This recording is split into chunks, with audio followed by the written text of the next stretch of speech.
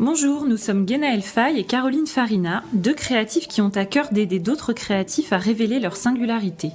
Dans ce podcast, nous parlons d'outils, de méthodes pour développer votre créativité et votre style. Que vous soyez en lancement d'activité ou déjà lancé, vous trouverez dans ce podcast des clés pour avancer plus sereinement dans votre pratique et vous différencier par vos créations.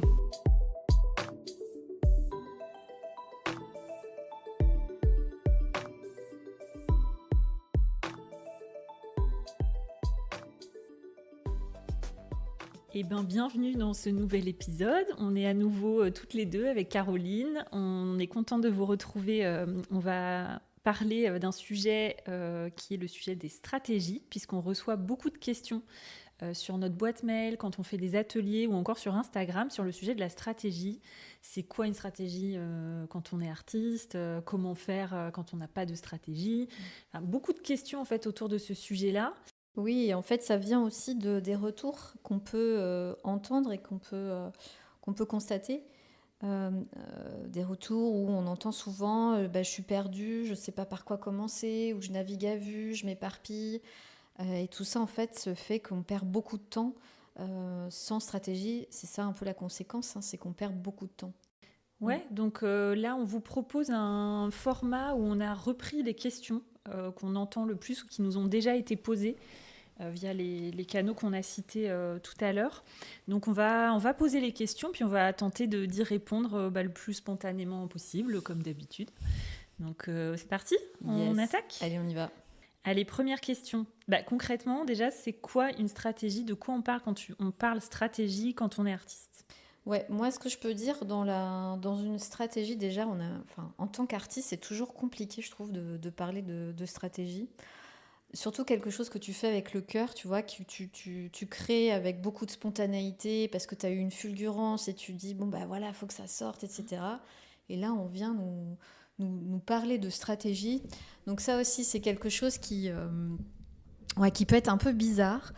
Mais en fait, là, l'exercice, quand on parle de stratégie, c'est de sortir de sa posture d'artiste et puis de mettre sa posture plus de chef d'entreprise, sa posture de OK, je crée. C'est pour toutes les personnes qui créent, mais qui veulent aussi vivre de leur création. Si c'est ça aussi, c'est de pouvoir à un moment donné se dire bon, maintenant, comment je montre au monde tout ce que je fais pour monétiser mon art. Et là, la question de la stratégie va être importante. Et pour moi, la stratégie, c'est vraiment le fait déjà de bien comprendre comment on fonctionne. Dès l'instant où on comprend comment on fonctionne, ce que l'on crée, qu'est-ce qu'on veut dire au travers de ces créations, eh bien, tout va découler.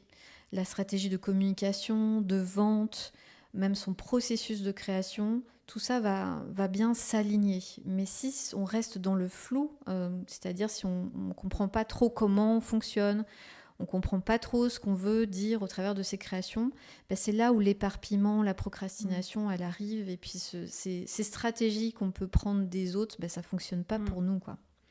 Ouais, ce que j'allais dire, peut-être même plus macro, en fait, une stratégie, c'est aussi mettre en place une forme d'efficience dans tes actions, c'est-à-dire faire des actions qui t'amènent des résultats et en gros faire moins de choses, mais des bonnes choses dans le bon ordre. Et puis après, toi, tu as commencé à aborder un peu le comment on fait ça quand on est artiste. Et je te rejoins complètement. Je pense qu'il y a aussi peut-être quelque chose dans ce que tu disais qui fait écho. Là, c'est, tu sais, on entend beaucoup aussi sur les réseaux, notamment le côté entrepreneurial de la stratégie. Tu pars du marché pour répondre à un besoin et du coup tu choisis des stratégies pour répondre aux besoins du marché, alors que quand tu es artiste, la notion de stratégie, en tout cas nous c'est le point de vue qu'on défend et dont on parle un peu tout le temps, mais bon du coup je le redis, tu pars de toi pour après aller vers le marché. Donc peut-être pour un artiste, quand on aborde cette question de la stratégie, en tout cas nous on l'aborde comme tu disais déjà commence par te comprendre, savoir ce que tu as à dire dans ton art pour après aller adresser au marché ce que tu fais. Et si d'ailleurs il y avait un ordre logique, par quoi tu commencerais ? Par quoi on commencerait ? C'est une des questions, donc on va y répondre. Ouais, par quoi on commence par être hyper au clair avec son identité d'artiste, son ADN. on commence par être très au clair aussi avec une forme de vision que l'on a pour soi et à travers son entreprise. Et ça, c'est un travail de fond, c'est un travail qui se fait en profondeur, c'est un travail qui se refait aussi, qui peut se refaire chaque année, notamment sur la question de la vision. Mais pour nous, en tout cas, encore une fois, c'est la vision qu'on défend, c'est vraiment de commencer par ça. Ouais. Et pour ça, moi, j'aime bien l'image du taxi pour avoir la vision. C'est-à-dire, tu rentres dans un taxi pour aller quelque part, et là, le conducteur te dit bonjour madame, où est-ce que vous voulez, où est-ce que je vous amène? Et puis, si on n'a pas de vision claire, la réponse, ça va être je sais pas trop, amenez-moi là où vous voulez. Mais j'aime bien, en tout cas, toutes mes créations, j'aime bien créer. Après, vous faites ce que vous voulez, hein, vous m'amenez où vous voulez. Et le taxi va nous amener où on veut. Sauf que là où il nous amène, c'est des fois pas là où on avait envie d'aller. Donc c'est pour ça que de travailler sur qu'est-ce que je veux pour la suite, en fait. C'est une chose de savoir créer, d'aimer créer, mais comment on a envie de le faire, avec qui on a envie de le faire, dans quelles conditions on a envie de le faire. Voilà, ça c'est des choses qui vont être de manière assez précise, des choses qu'il va falloir définir pour justement dire au taxi, je veux aller là, dans 5 ans je veux aller là, ou même dans 6 mois je veux être ici, dans 5 ans je vais être là, dans 10 ans je vais être là. Ouais, c'est l'exemple de je veux aller à la plage, mais en fait il peut t'amener à la plage à Roubaix ou il peut t'amener à la plage aux Seychelles, tu vois. Voilà, et là c'est tout de suite moins sexy dans un cas, mais peut-être Roubaix en tout cas, si les personnes nous écoutent à Roubaix. Mais ça peut être très sympa aussi d'avoir envie d'aller à Roubaix, c'est pas ça, mais tu vis pas la même... ou même aux Seychelles, tu vois. Voilà. Enfin, qu'est-ce que tu veux vraiment? C'est ça. Et parce que pour rebondir aussi, quand on parle de cette question de stratégie, tu sais, souvent c'est stratégie de visibilité, stratégie de communication, stratégie de vente. Enfin, on dit rarement, il faut que j'élabore une stratégie. Tu vois, souvent ça vient derrière. Donc par quoi commencer? Déjà par cette clarté donc dans la vision et dans la partie plus identitaire en tant qu'artiste. Et après vient une stratégie de positionnement d'offres, une stratégie de communication, une stratégie de vente, mais simplement ça vient après. Parce que si tu commences par établir une stratégie de communication alors que tu n'es pas clair sur ce que tu as à dire et où tu veux aller, tu peux le faire. Mais il y a de fortes chances que ça ne t'amène pas au bon endroit. Quoi. Ouais, complètement. Et ça fait partie aussi d'une des questions qu'on peut entendre souvent, c'est que, est-ce qu'il faut vraiment savoir ce qu'on fait, qui on est, avant de vendre ou avant de communiquer? Et c'est sûr que nous, la réponse qu'on préconise, c'est oui, en effet, il faut d'abord savoir ce que l'on défend avant de pouvoir dire au monde ce qu'on a à vendre ou ce qu'on a réalisé. Et en vrai, c'est complètement simple et logique. C'est une question vraiment d'efficience dans le processus. Parce que si tu fais pas ça, tu vas être dans une stratégie de test-erreur. Et tu vas tester, par exemple, d'aller démarcher des galeries, alors que toi, ta stratégie, ça va être plutôt d'approcher les personnes via, je sais pas, un autre type de clientèle. Et en fait, tu vas épuiser beaucoup de ton énergie dans ces stratégies de test-erreur, alors qu'une stratégie pourrait être beaucoup plus efficace par rapport à qui tu es et là où tu veux aller. Ouais.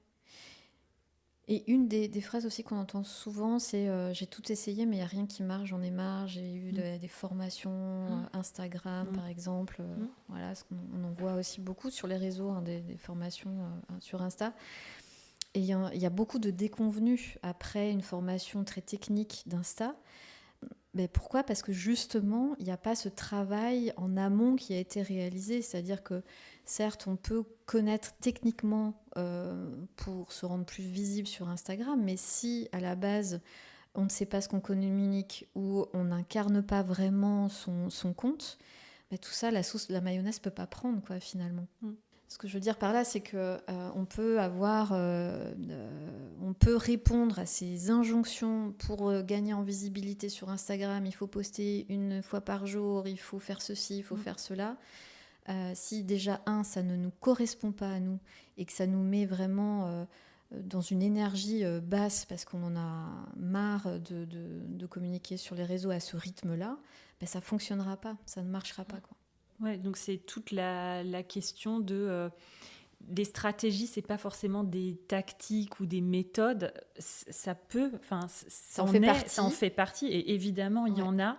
Mais tout ça, ça n'a pas de sens si ça part pas déjà de toi. Et je pense que ça reboucle avec aussi ce qu'on disait tout à l'heure, ne pas partir forcément des besoins du marché, mais partir de toi, qui tu es, pour après aller chercher la stratégie qui va s'appliquer au marché. Alors, en autre question, pour continuer un peu sur le sujet, on a aussi, du coup, concrètement, qu'est-ce qu'on communique sur soi en tant qu'artiste? Qu'est-ce que, tu vois, si on commence à rentrer un peu dans les stratégies de communication, qu'est-ce qu'on a besoin de communiquer sur soi en tant qu'artiste? Ouais. Moi, je pense que déjà, une des premières choses, une des premières choses hyper importantes, c'est que les gens n'achètent pas juste un objet ou une création, ils achètent aussi les valeurs qui les accompagnent. Donc ça veut dire quoi? Ça veut dire que à la fois il va falloir communiquer sur ses créations, mais aussi il faut communiquer sur ses valeurs hautes, qu'est-ce qui est important pour l'artiste, parce que c'est ça qui peut faire aussi la différence entre deux contes qui se ressemblent. C'est vraiment, et puis on le sent, hein, des personnes qui vraiment incarnent leur conte, c'est des personnes qui vont communiquer aussi sur leurs valeurs hautes, où c'est vraiment, ils vont communiquer sur des sujets qui les intéressent. Et puis toute la partie émotionnelle aussi, je pense, ils vont communiquer sur leur inspiration, ce qui les touche émotionnellement. Et ce qui les touche émotionnellement, c'est potentiellement ce qui va toucher la personne qui va regarder ces créations aussi. Alors une autre question qu'on a beaucoup, c'est comment on trouve les bons endroits pour vendre quand on connaît personne. Celle-là, elle revient souvent.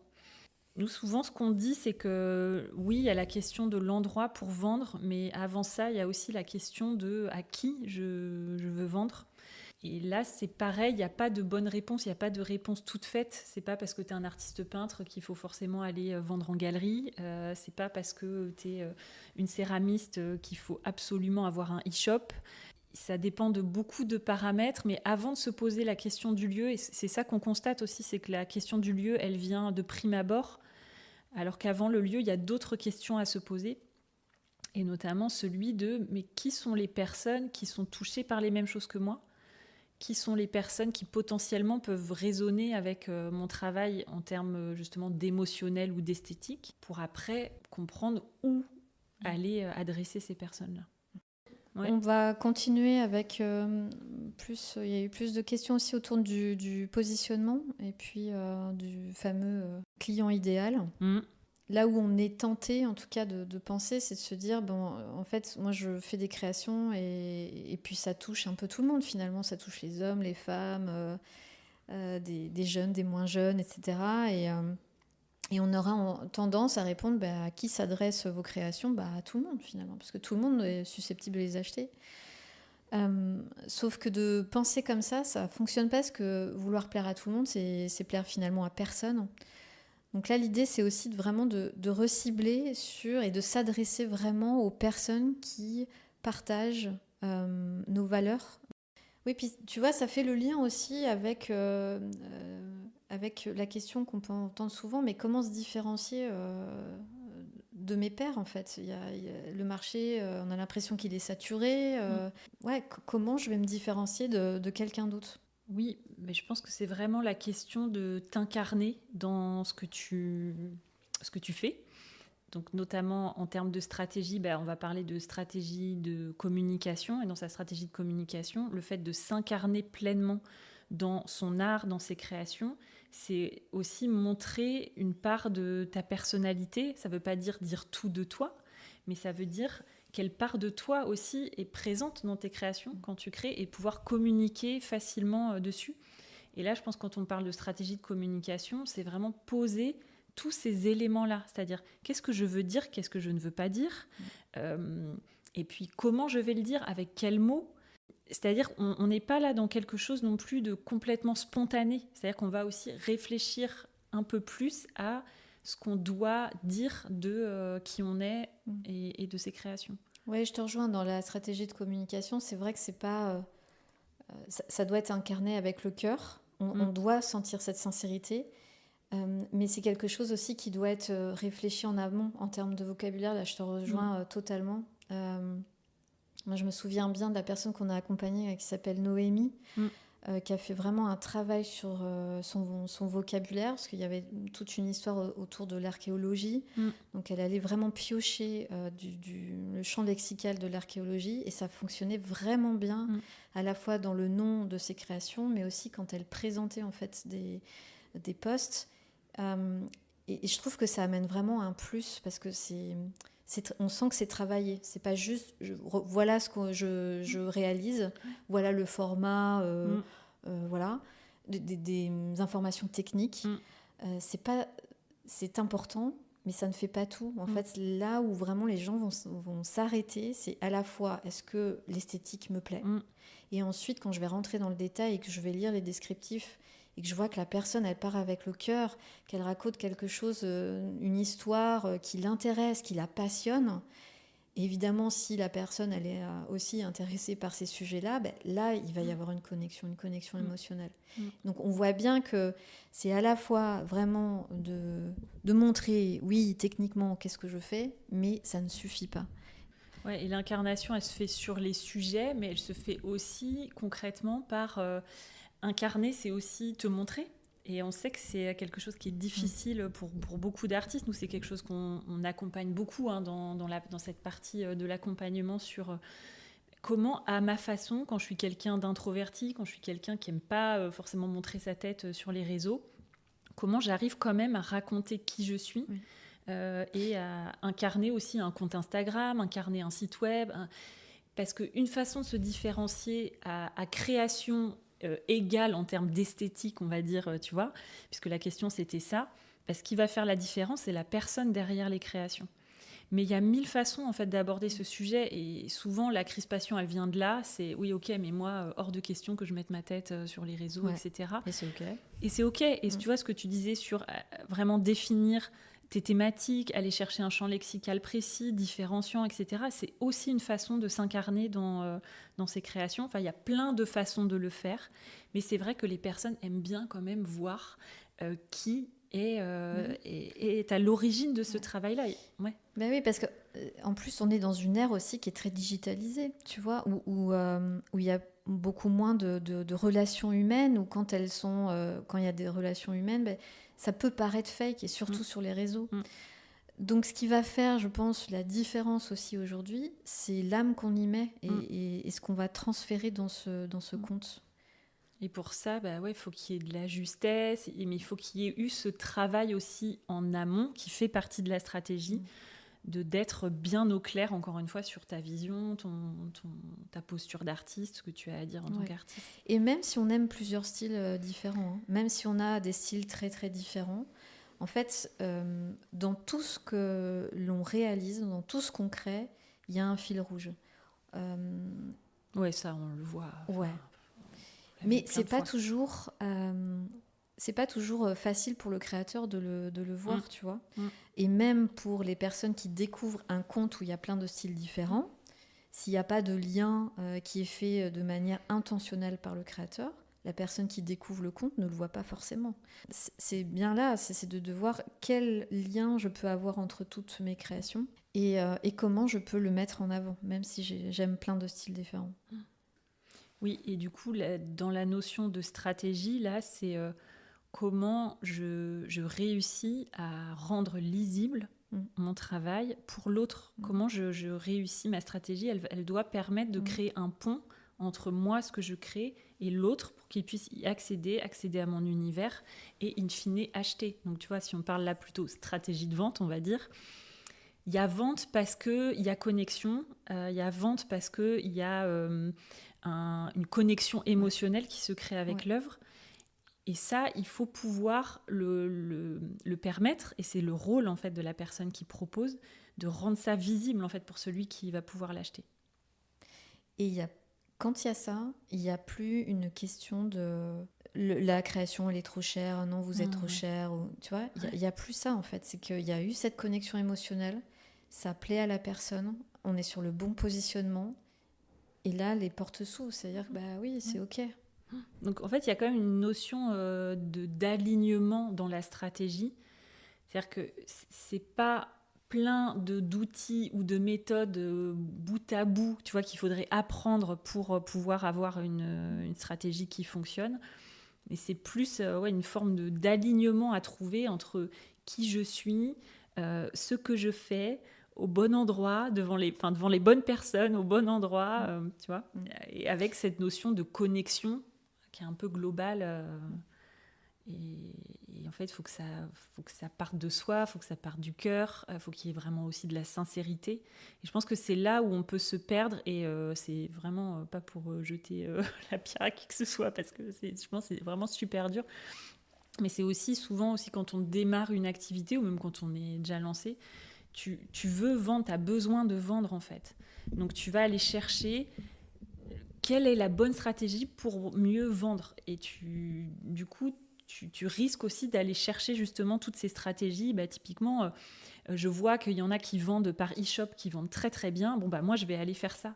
Alors que peut-être qu'il y a une autre stratégie pour moi qui est beaucoup plus alignée avec qui je suis et ce que je fais. Mais je ne me laisse pas cette possibilité-là parce que j'ai besoin de retour rapide, tu vois. Ouais, je vois ce que tu veux dire et je partage complètement aussi ton point de vue. C'est comme si tu allais capter ce qui marche chez les autres pour l'implémenter chez toi, sauf que en fait, avec ton caractère ou comment tu fonctionnes, ça ne marche pas du tout. Et même parfois avec ton rythme de vie, ta situation familiale, tes besoins financiers. Il n'y a pas une situation qui est la même. Et du coup, je trouve assez dangereux en fait d'aborder cette question de la stratégie par ce prisme-là de quelle est la stratégie qui marche le mieux. Est-ce que c'est de vendre en galerie? Est-ce que c'est par e-shop? Est-ce que c'est... En fait, c'est pas comme ça qu'il faudrait réfléchir à la question. Ouais, en fait, ce qu'on veut dire aussi, c'est que je pense que c'est quelque chose de systémique. Tu peux pas réfléchir à une stratégie de communication ou de vente si tu prends pas en considération l'entièreté de ta situation et de ta vision. Exactement. Donc tout est lié aussi à la question de la vision. Où est-ce que tu as envie d'aller à long terme? Parce qu'une stratégie, tu peux aussi avoir plusieurs niveaux de stratégie. Et d'ailleurs, ça, c'est des choses aussi qu'on aborde souvent. Je peux avoir une stratégie à court, moyen terme et une autre stratégie en parallèle à long terme. C'est-à-dire que si je ne suis pas encore dans mon art au niveau où j'ai besoin d'être pour aller cibler tel type de... Par exemple, une galerie très, très renommée que je souhaite viser... Je sais que mon art n'est pas encore à ce niveau-là, qu'il va me falloir encore quelques années de pratique ou de production aussi, parce que je n'ai pas assez d'œuvres à montrer. Je peux avoir aussi une stratégie peut-être plus court, moyen terme qui va m'amener après à travailler cette stratégie long terme. C'est très important, je pense, d'avoir ces visions à court terme et à long terme. Surtout quand on a des attentes ou des ambitions qui sont très grandes, ça pourrait nous mettre la pression, une trop forte pression en tout cas de servir un grand projet à court terme. Donc d'avoir à la fois une vision dans les 6 mois en disant qu'est-ce qui est possible avec ma situation, où est-ce que j'en suis, qu'est-ce que je peux mettre en place, et surtout capitaliser sur ce qu'on a déjà, pas aller tout casser, mais capitaliser sur ce qu'on a, et puis ensuite servir sa vision à plus long terme. Mais encore une fois, cette vision à plus long terme, c'est quelque chose qui doit être travaillé tout seul. C'est pas facile pas évident, de savoir.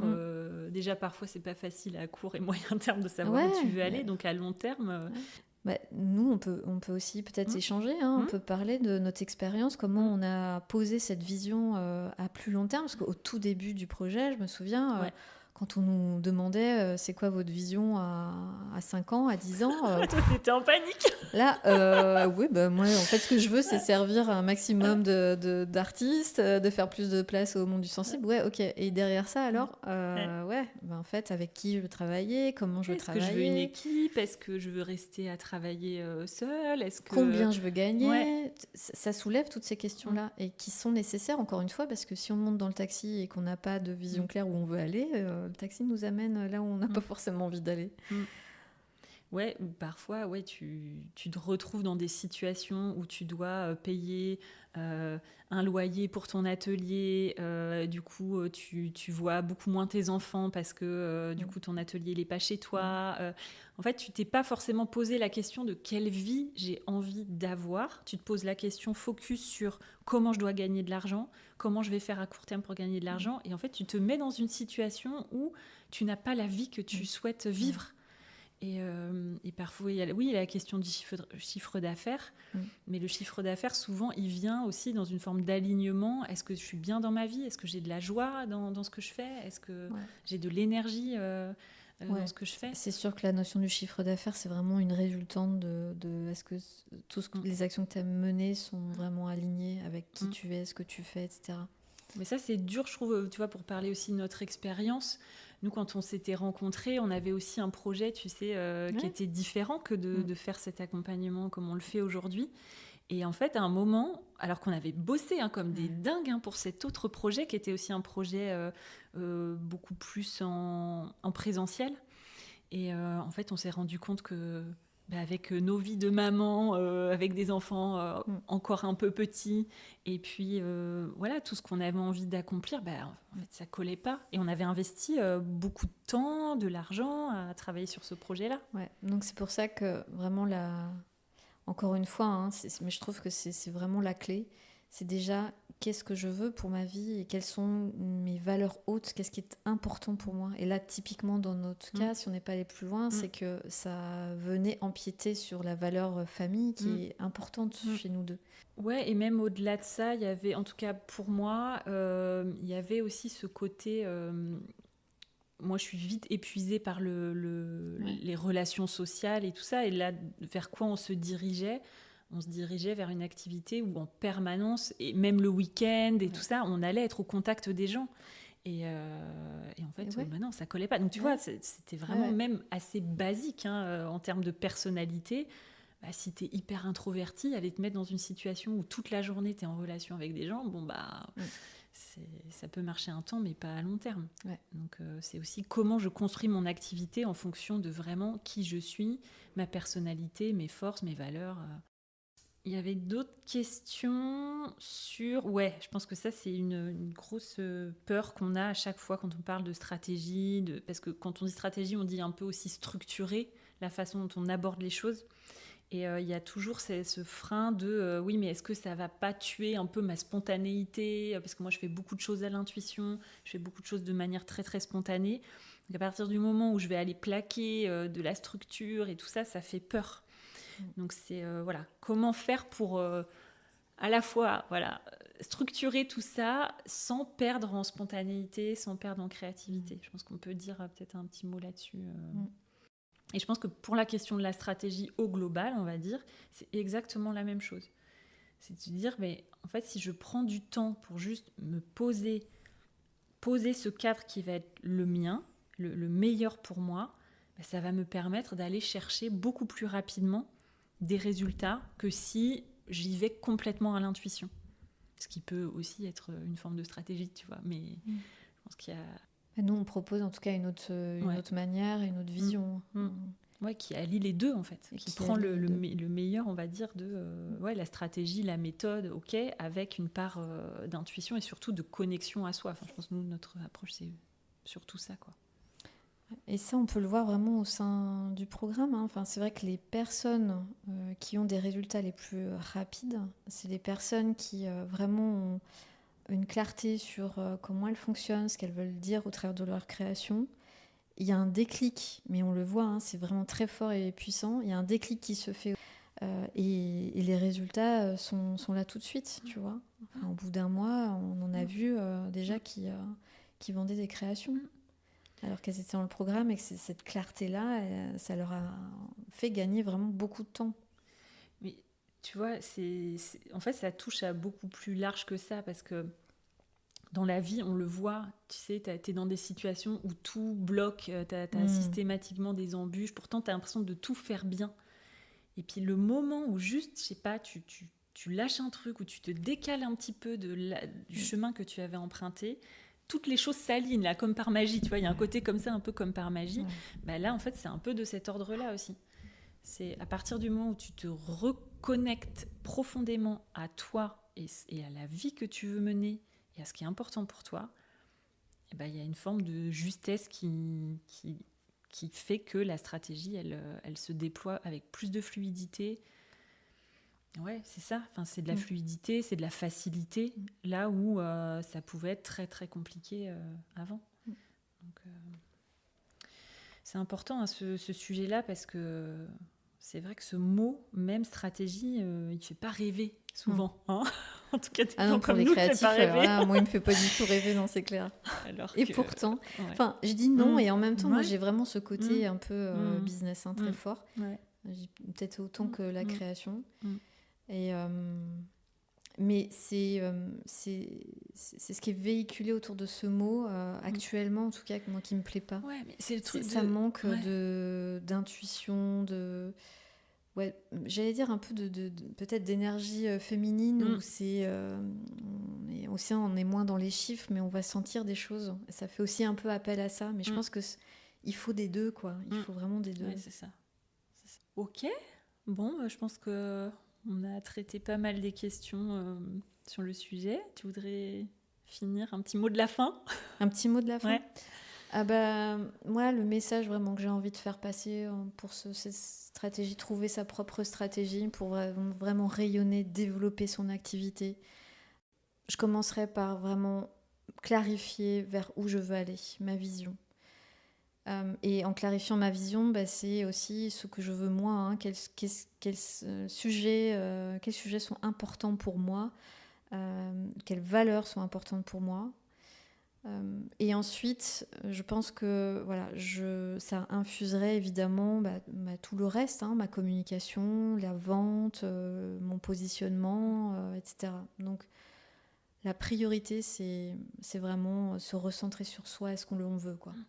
Et puis après, tu vas chercher les méthodes, les outils, pour que tout ça se passe. Et les tester, savoir si moi, est-ce que ça me convient bien, là, ce qu'on me propose en formation Instagram ou formation vente ou formation je ne sais quoi. Est-ce que vraiment ça répond à mes besoins et ma vision du monde ? Est-ce qu'il n'y a pas des choses que je peux faire à ma manière et ça fonctionne aussi bien. Ouais, et je pense que moi j'aimerais bien finir là-dessus, tu vois, le côté aussi reprendre un peu le pouvoir sur cette question-là, ne pas penser qu'il y a des stratégies miracles, tu vois, qui vont résoudre mon problème de visibilité ou de vente ou quoi, mais aussi reprendre le pouvoir là-dessus et partir de soi, quoi. C'est reboucle sur ce que tu disais. Mais voilà, encore, c'est un exercice qui est dur à faire parce que quand on est soi avec soi, des fois, on peut être dans le flou. Oui. Voilà.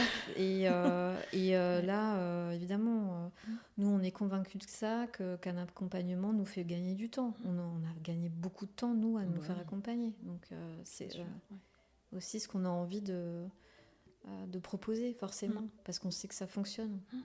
Ok. Voilà pour ce mot de la fin. On espère que le format vous aura plu. On a essayé un nouveau format, plus en posant les questions qu'on a reçues. Et d'ailleurs, si vous avez envie de nous écrire, vous pouvez aller nous retrouver sur Instagram, nous écrire par mail aussi. On vous répond avec plaisir. Et puis, laisser un commentaire pour le podcast. Ça nous aide à faire découvrir le podcast. Donc, et le transférer si vous pensez que c'est quelque chose, un sujet qui peut aider aussi quelqu'un de votre entourage. À bientôt. À bientôt.